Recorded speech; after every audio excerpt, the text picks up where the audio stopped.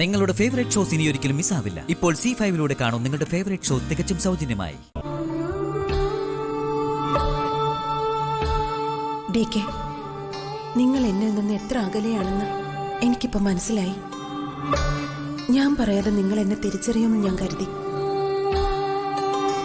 പക്ഷെ ഇപ്പൊ എനിക്ക് മനസ്സിലായി, ഇനി നിങ്ങൾക്കതിന് കഴിയില്ല. നിങ്ങളുടെ മനസ്സിൽ ഇപ്പൊ ജ്യോതി മാത്രം. ഞാൻ നിങ്ങളുടെ അരികിൽ തന്നെ ഉണ്ടെന്ന് ഒരിക്കലെങ്കിലും തിരിച്ചറിയില്ലേ DK?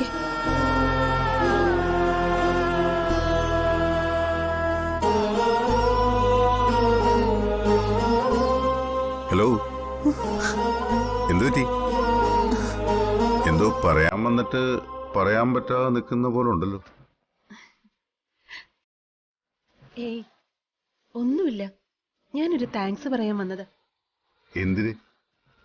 സുപ്രിയയുടെ ഓർമ്മകളുള്ള ആ ക്യാമ്പസിൽ എന്നെ കൊണ്ടുപോയില്ലേ, അതിന്. എന്താ ഒന്നും പറയാത്തത്?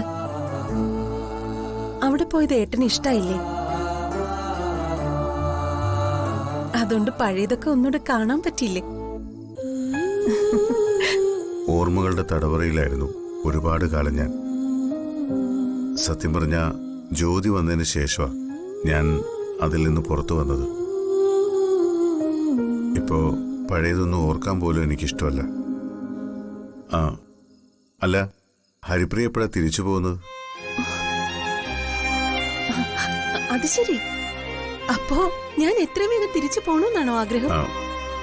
അങ്ങനെയല്ല, തിരിച്ചു പോകുന്നില്ലെങ്കിൽ ഇവിടെ നമുക്ക് മറ്റെന്തെങ്കിലും നോക്കാം.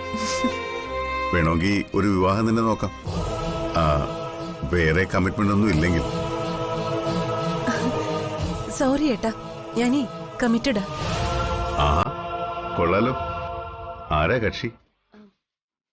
പറയാം, സമയാവട്ടെ. അതുവരെ ഇതും ഒരു സസ്പെൻസ് ആയിട്ട് തന്നെ കിടക്കട്ടെ. നാട്ടിലാണോ അതോ അമേരിക്കയിലാണോ കക്ഷി? രണ്ടിടത്തും അല്ല. മനസ്സിലായില്ല. നീ എന്താ ഉദ്ദേശിച്ചത്? ഇവിടെ രണ്ടിടത്തും അല്ലാതെ പിന്നെ എവിടെയാ? എന്റെ മനസ്സിൽ. ഓ, അപ്പൊ വൺ വേ ആണ്. വേണമെങ്കിൽ അങ്ങനെയും പറയാം. ആളാരാണെന്ന് പറഞ്ഞാ ഞാൻ പോയി സംസാരിക്കാം. വേണ്ട, താമസിയാതെ അയാൾ എന്നെ തേടി വരും. അപ്പോ ഞാൻ ഏട്ടനെ അയാളെ കാണിച്ചു തരാം. Okay, all the best. Thank you. അല്ല, ജ്യോതിയുടെ അച്ഛനെ ജാമ്യത്തിൽ ഇറക്കണ്ടേ? ആ, വേണം. അതെല്ലാം ജയപ്രകാശിനെ ഏൽപ്പിച്ചിട്ടുണ്ട്. പക്ഷെ ഉടനെ കിട്ടില്ല, കുറച്ചു ദിവസം കഴിയും. പിന്നെ ഏട്ടാ, ജ്യോതിയോട് ഇനിയും അകൽച്ച കാണിക്കരുത്. സ്നേഹം പ്രകടിപ്പിക്കാനുള്ളതാ, ഒളിച്ചു വെക്കാനുള്ളതല്ല.